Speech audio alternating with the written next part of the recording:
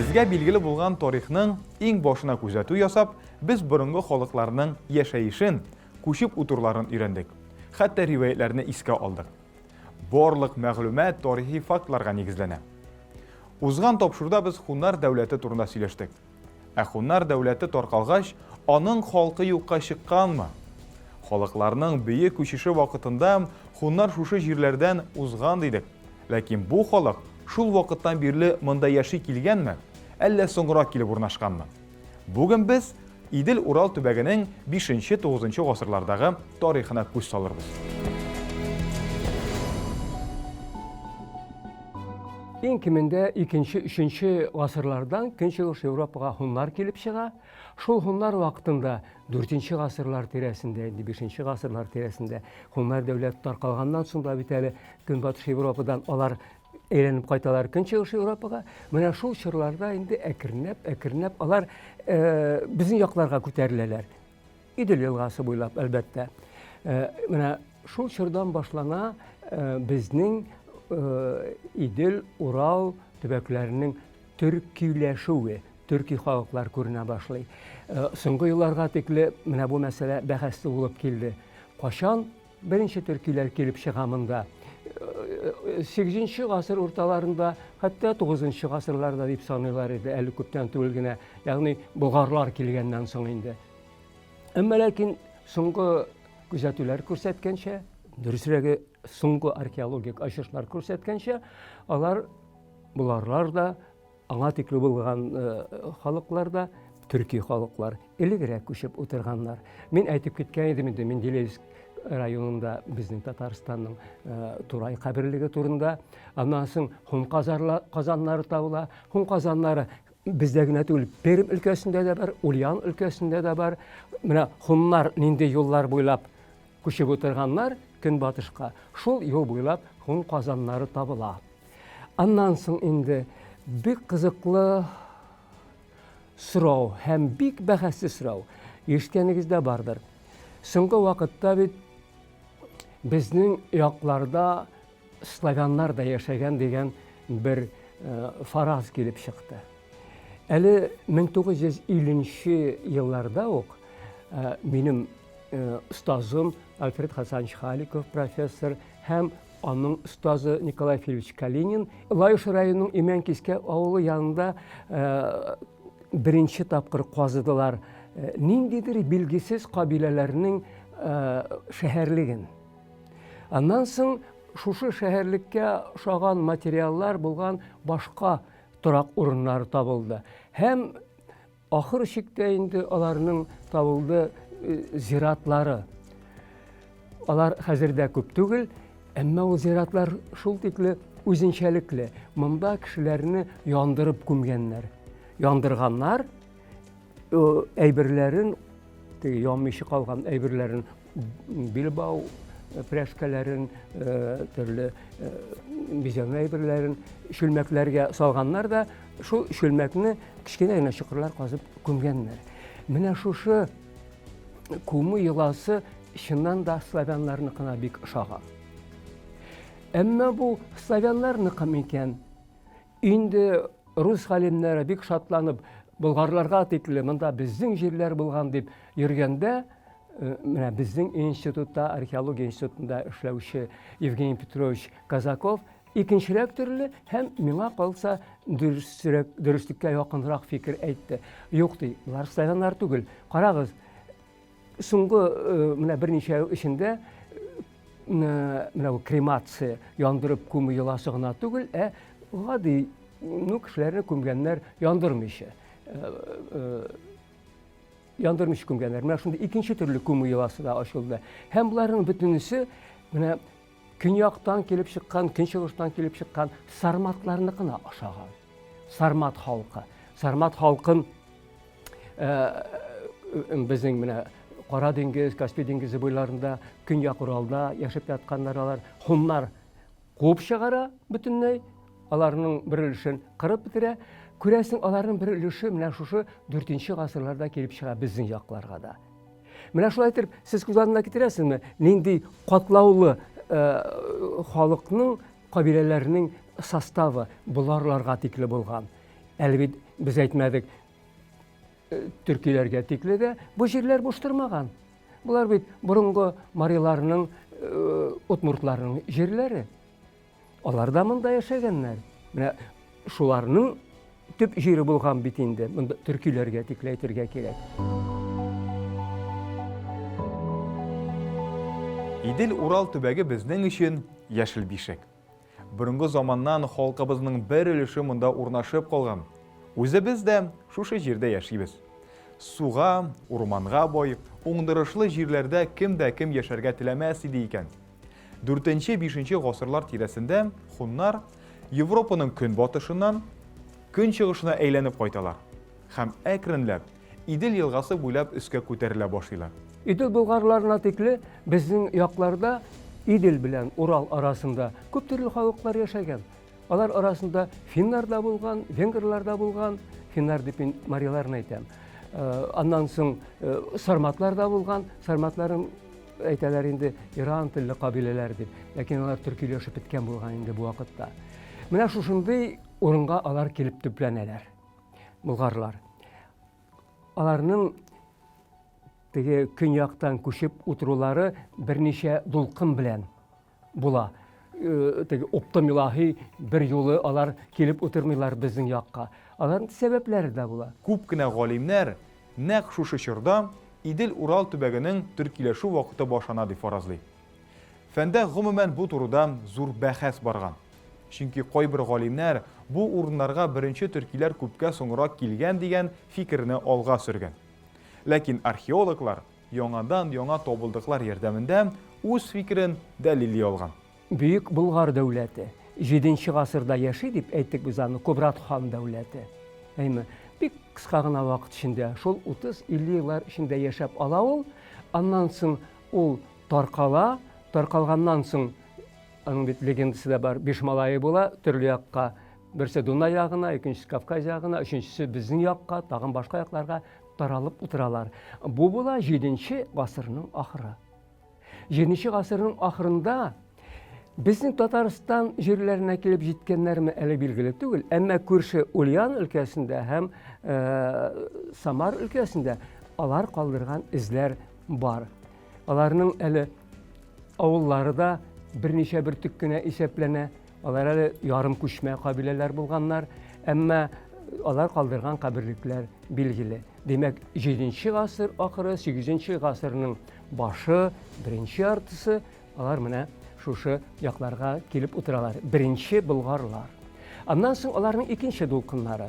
Болгарлар бит менә бу Бөек Болгар дәүләте, Кубрат дәүләте таркалганнан соң калалар Хәзәр каганаты составында. Хәзер Хәзәр каганаты сугыша башлый.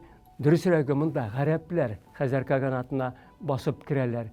Ислам динен тараталар. Ислам динен тарату максатыннан башкача аңлатып булмый. Менә шушы бу 7-нче гасырның ахыры, 8-нче гасыр, 8-нче гасырның урталарына таба, дөресрәге 737 елда Хәзәр дәүләте әйтергә кирәк басып алына гарәпләр тарафыннан. Ләкин гарәпләр теге артык бу тирәләрдә күрәсең утырып калырга теләмәгәннәрдер. Аларның бер зур шарты була. Дәүләтегезне калдырабыз, яшәвегезне дәвам итәсез, әмма ислам динен кабул итәсез. Менә ислам динен болгарлар беренче тапкыр менә шу 8-нче гасыр урталарында кабул итәләр.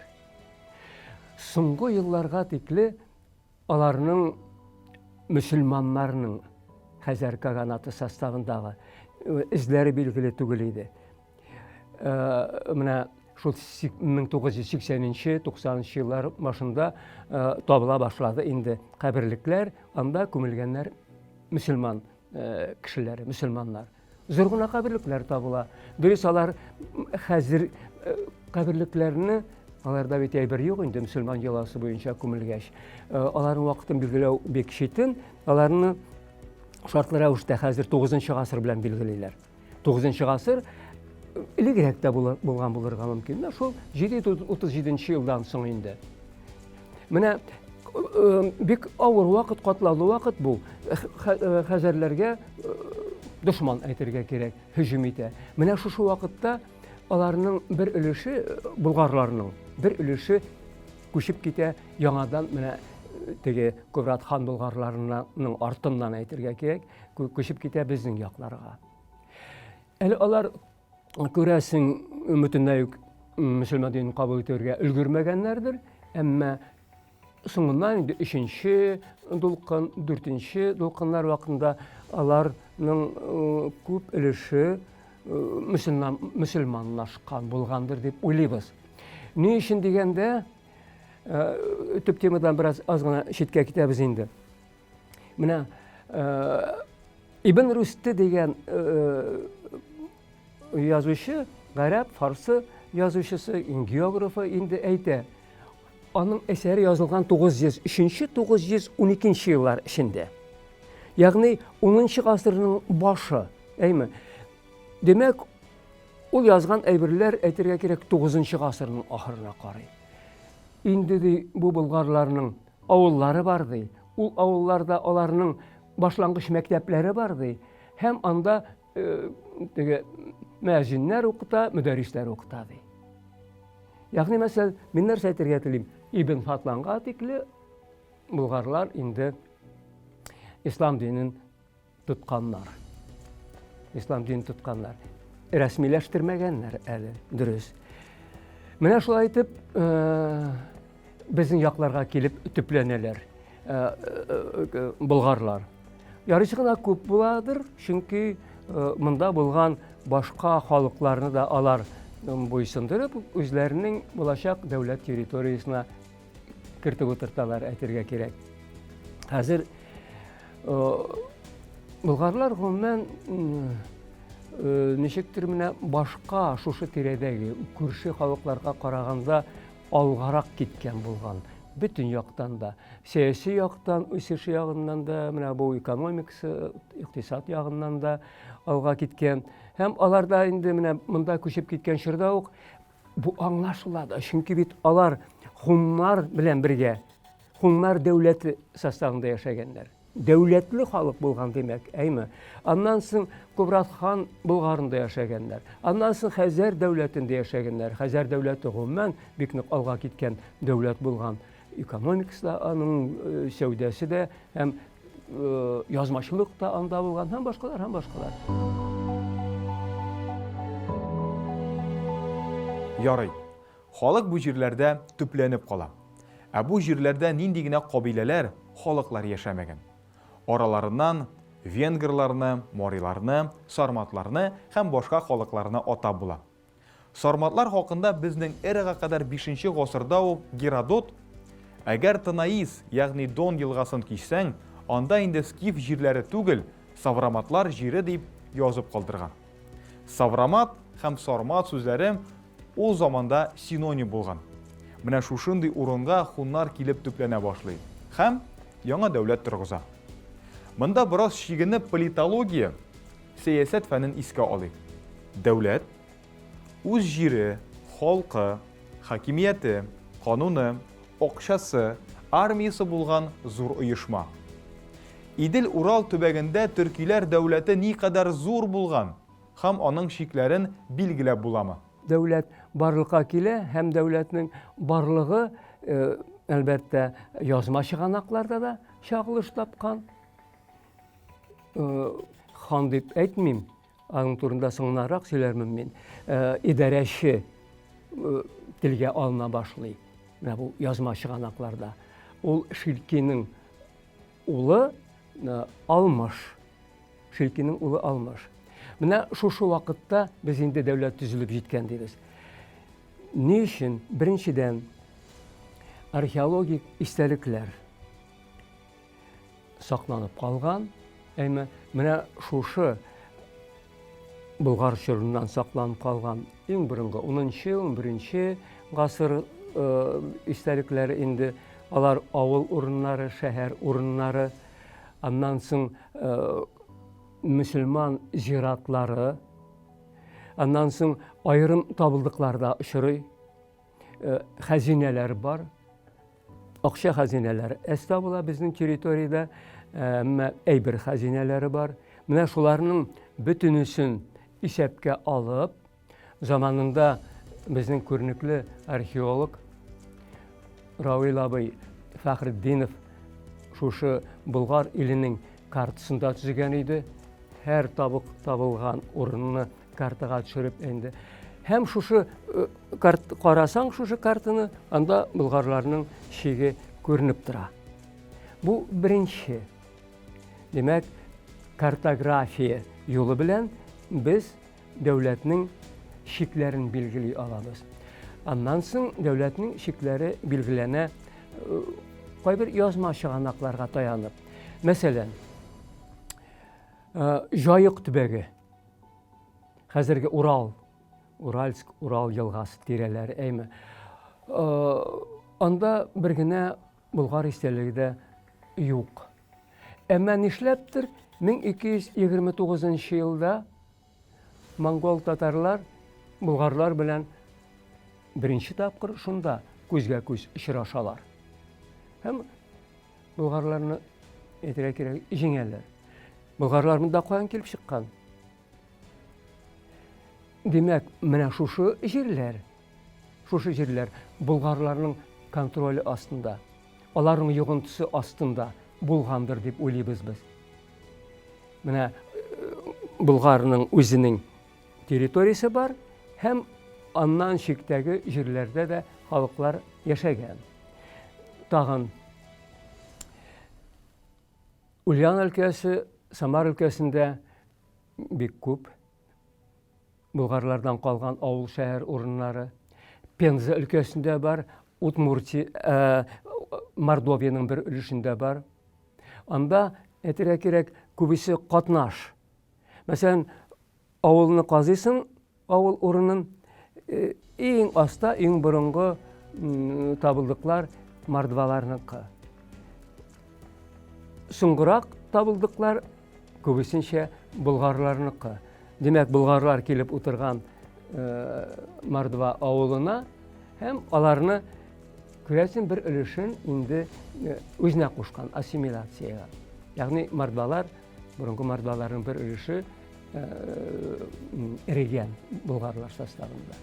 Менә шушы Пенза җирләрен әйтәләр безнең археологлар инде бу болгарлашкан буртаслар булмады микән дип.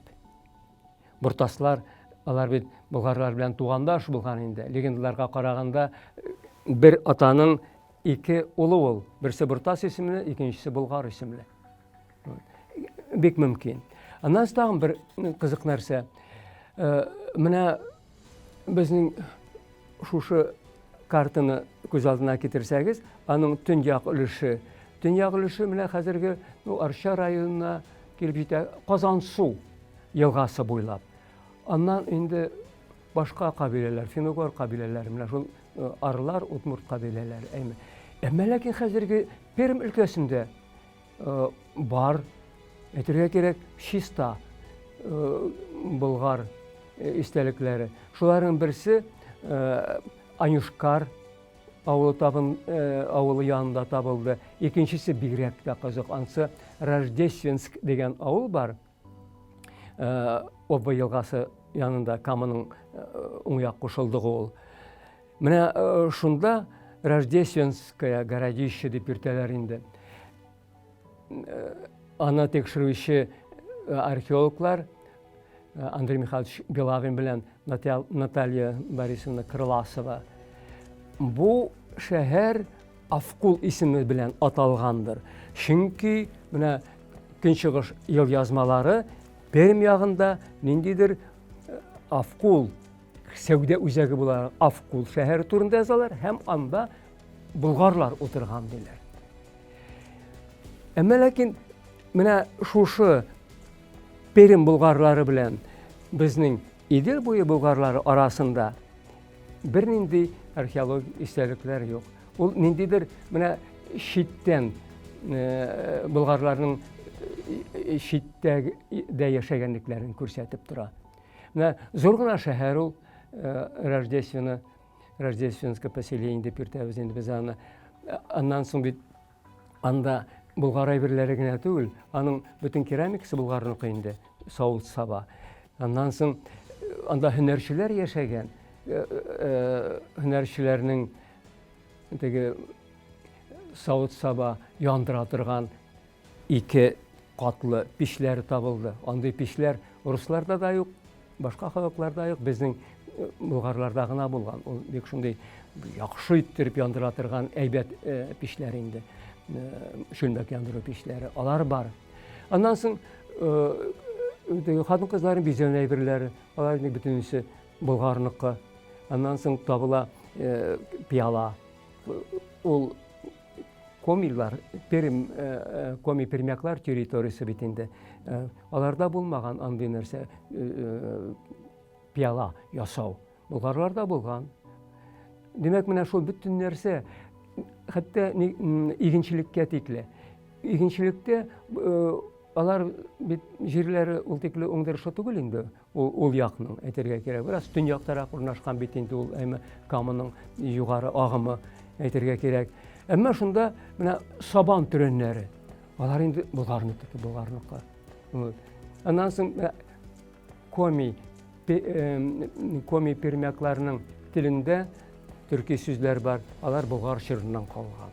Әле күпме генә тикшерсәк тә, менә Раулай Фахрутдинов рәхмәт инде ул бик күп эшләде шушы өлкәдә. Әйме барыбер әле Булгарларның дәүләтенең шикләре төгәл билгеләнеп җитте дип әйтеп булмый.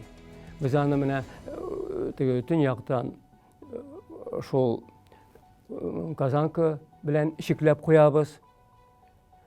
Әмма тагында төньяктарак булырга мөмкин. Ана Перем белән әйттем бит, шул Казанка арасында табылмаган Булгар истәлекләре дип. Аннан соң көньякта инде менә Самара дугасы дип йөртләр. Русча Самарская Лука. Жигули таулары тирәсендә ул. Менә шунда тикле дәвам иткән. Аннан соң Сура елгасына тикле менә бу Пенза һәм Мордовия территориясы. Чувашиянең бер өлеше. Чувашиянең бөтен территориясында алар без болгарлар дип килсәләр дә ничә ел буе инде. Сез татарлар, монголлар белән килгән, менә без шин болгарларның токымнары дисәләр дә, Чувашстан территориясында, Чувашия территориясында болгар истәлекләре аз. Аларда Татарстан белән чиктәш районнарда гына, Свияга, Зия елгасы дибез бит. Шул Зия елгасы бассейнында гына табылган. Тагын бер нәрсә, менә бу шик белән әйтәм инде. Хәзерге вакытта без 2000 шамасы болгар истәлекләрен беләбез. Шул айрым табылган хәзинәләрне дә кертеп инде, авыллары, шәһәрләре бар, аларның әйме 2000-гә якын. Әмма шуны истәтергә кирәк. Бит шул чордан хәзерге көнгә тикле бөтен авыл урыннары, шәһәр урыннары да сакланып калмаган. Сакланып калмаган, юкка чыккан, чөнки ул урыннар bir өлеше сөрелгән, икенче өлеше төрле төзелеш вакытларында юкка чыккан, өченче өлешен урман каплаганында һәм башкалар. Тагын ансы безнең археологларның йөрәген җирә торган бер нәрсә инде. Сез дә сөйләшеп утырганда, әңгәмә кырганда искә төшереп алдыгыз әле аны, әйме. 50нче елларда бит инде Кама белән Идел бергә кушылган җирдә безнең шул су саклагыч барлыкка килә. Куйбышев ГЭС су саклагычы. Зур, аны Куйбышев диңгезе дип йөртәләр бит, әйме. Бу безнең Европадагы иң зур 2 елга кушылган урын бит. Яшәү шартлары өчен шул тикле уңай урыннар. Шуңа күрә менә бу җирләрдә бик күп археологик истәлекләр. Шуларның 700-е тикшерелмичә, әйтергә кирәк, юкка чыкты. Әле без 700 дип аны якынча гына әйтәбез, тагын да күбрәк булырга мөмкин. Безгә билгеле. Төрле разведкалар вакытында археологлар бит инде ел сайын чыга разведкаларга, шул борынгы кешеләр яшәгән урыннарның изләрен табырга тырышып. Менә шул вакытта алар табылганнар, әмма казылмыйча калган. Аларны бит bütünüsün bir yolu kazıp bitirip bulmayındı ul kadar isterlikne. Ne 700'den artık isterlik yokka çıkkan. Hem alar arasında elbette indi Bulgar avulları, Bulgar şehirlerde bulgandır dep oylaybiz biz. Mine bek ayanış, ama nişisin. Burungu zamanda yaşagan vikinglar bor yaulap olgan devletlerinin gine okşaсын tutkanlar. Anısın da ağırlığına korap kümüş oltınga bölgenler hem metalga korap beylegenler. Foraz boyunca vikinglar birinci okşaların borotik 10-cı gosırda gına suğa başlagandı. Olmuş xon, yani Abdallah Jafar ibn Şilki, o'zi yaşagan vaqtda okşa soqtira başlagan. Olmuş xonning tuğu vaqti belgili bulmasa da, onun 925 yılda ölüğü rastlangan. Әміне шундай сұрау. Суғылған оқшаға қарап, хакимнің нинди динде болуын белгілеп булама? En birinci Bulgar akşaları 10. asırının başında gelip çığa. Başında soğula başlayı. Tügel yıl көрсетілмеген, tügel yıl 902, 908 yıllara doğru geliyor. 902, 908. Mine şuşu yıllar aralığında soğulgan akşalar, alar artık көп tügel. Bizge gelip jetmegen көресің енді. Almışının şın ismi көрсетілген, Müslümança ismi Jafar ibn Abdallah. Jafar ibn Abdallah. Yani mesela o indi şu vakitte Müslüman bulgan degen söz. Din devletinin monoteistik diybiz biz. Bir Allah'lık. Bir Allah'a ışanatırgan din o indi kabilelerde tügül devlette bula. Ayrım devlette. Qaysıgına devletini alıp qaramağız. Burungu Rimman'da Hristiyan dini gelip çığa şol vakitlerde indi Bizanti, Rus, hem başkalar başta meclisilik bulsa da ondan soň indi alar bir Allah'lıkka köşeler. Hristiyan dini, pravoslavi, katolik, bizde indi İslam dini. Mine şuşu bilgiler Bulgar'ın devlet olarak formalaşkanını көрсете. Akşa suğa başladılar dedim de, ana bit yazılgan demek yazıda devletçilikinin bilgisi. Kabilelerde kabileler yazı bulurga mümkün. Indi piktografikler, resimler bilen indi başka türlü yazı. Ama da indi Arapça yazılgan. Onların üstüne, tegi yağına da bu yağına da diyerge gerek. Ne şolay ettirip bizning devletimiz tüzülüp bitti. Bu devlette kimler yaşagan? Devlette şu şirklerde kimler yaşagan? Bunu akıl bilen, ayık akıl bilen uylap qaraganda aytırgan mümkün. Biz köçüp kelgen halk eken Bulgarlar, bu territoriya boş durmagan, demek şunda Bulgarlarga tekli kimler bulgan? Onların barысы da yaşamını devam ettirgen. Onlar mine көп bulgan mıken? Birilişi belki gitkenlerdir de Bulgarlar kelgeşminde, elbet aytıp gittim, onlar kelgeşminde biraz soğuş işi bilen de şıgıllanırlar. Ansı da var, ansı da yazma çıganaklarda saklanıp kalgan. Şuna göre mesela mutirelerde etken edim bitinde burungu marilar yaşagan. Burungu marilar. Onların istelikleri bik az. Onların başlıca zeratları indi. Meclisilik. Ne bilen yolası bilen kumulgen. Elimine bizim Kazan'ını Kreml'de kazıuşları başlagaçta Kazan tiresini biz qarap çıktık. Anda var bizim tirede burungu marilar kaldırgan izler.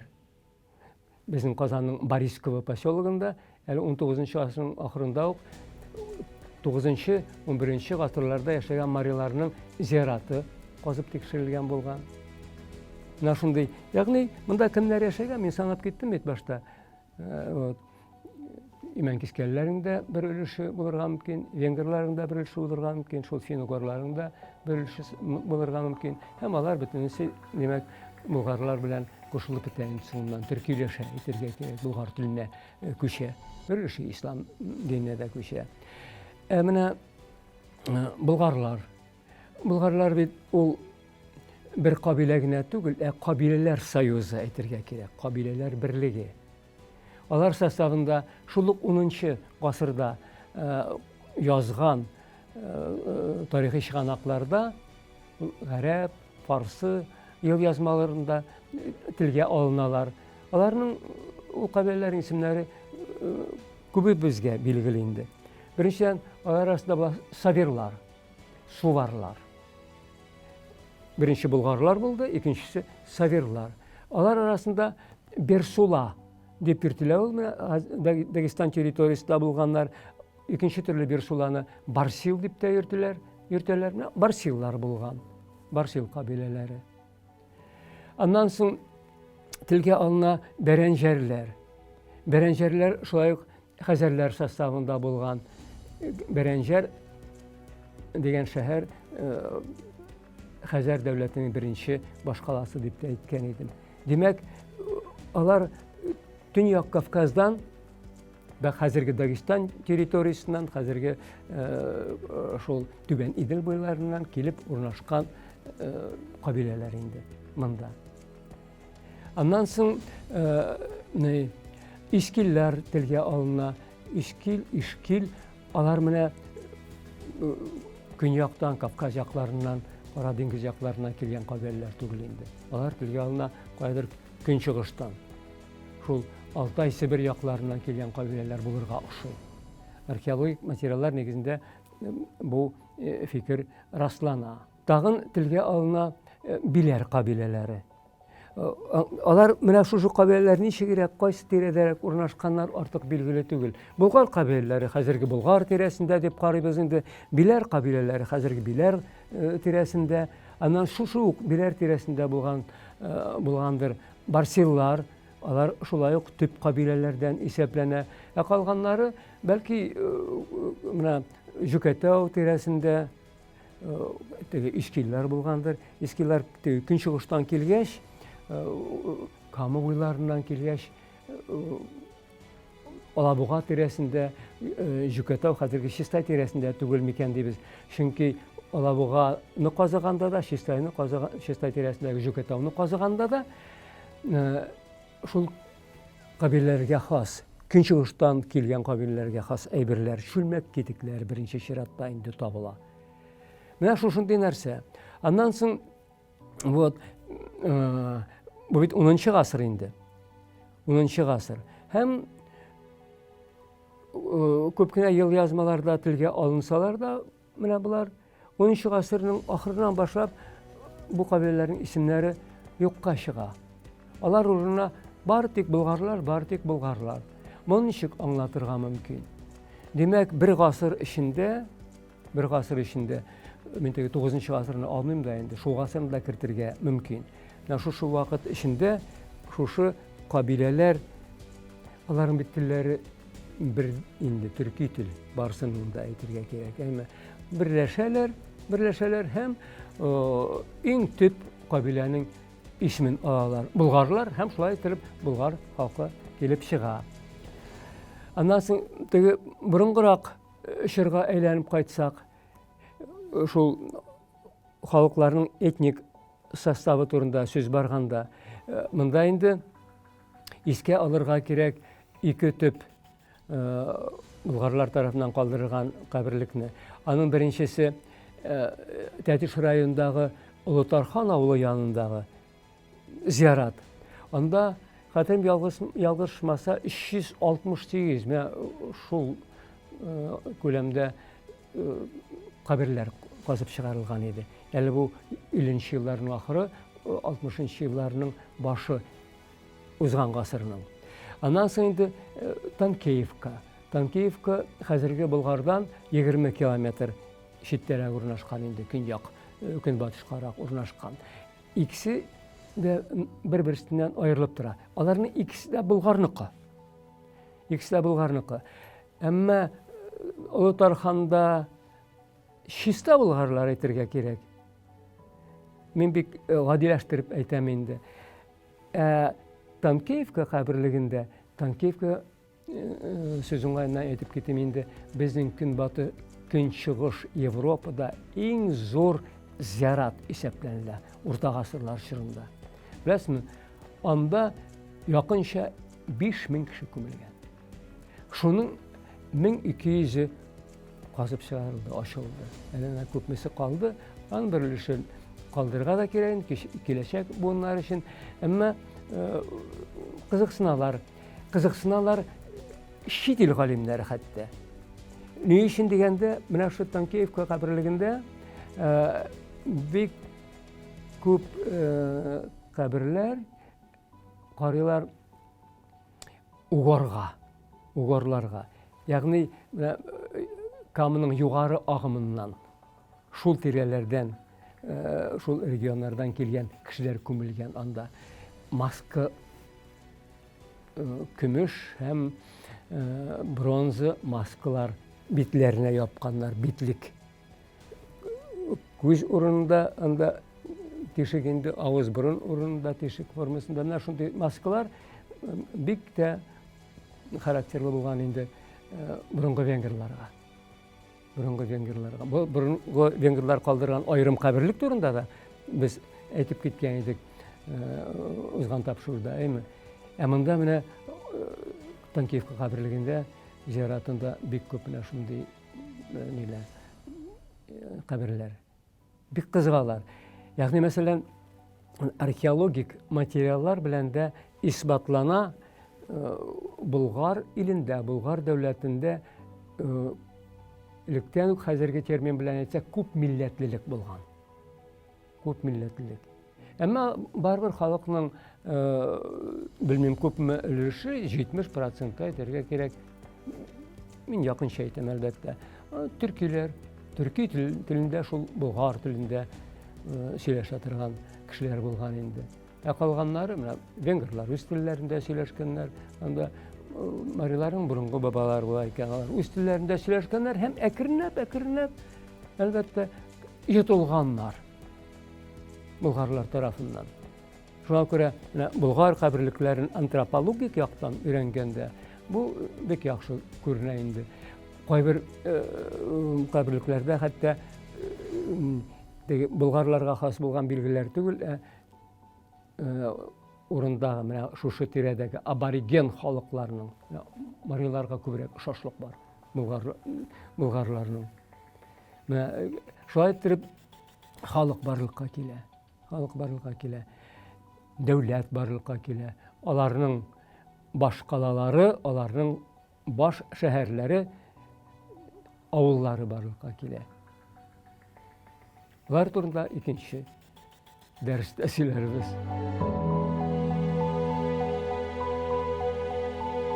Бүген без борынгы заманда Идел-Урал төбәгендә никадәр халык яшәве, аларның төрлелеге, оешып килгән Төрки дәүләтенең үзенчәлекләре хакында күп мәгълүмат алдык. Иң мөһиме, бу мәгълүмат фәнни яктан расланган. Ләкин тыңлаганда маҗаралы китап укыган кебек, күз алдына әллә нинди сугышчылар, ханнар образлары килеп баса. Ничек кенә булмасын, бу безнең уртак тарихыбыз. Бүгенгә саубуллашабыз. Әссәламу алейкум.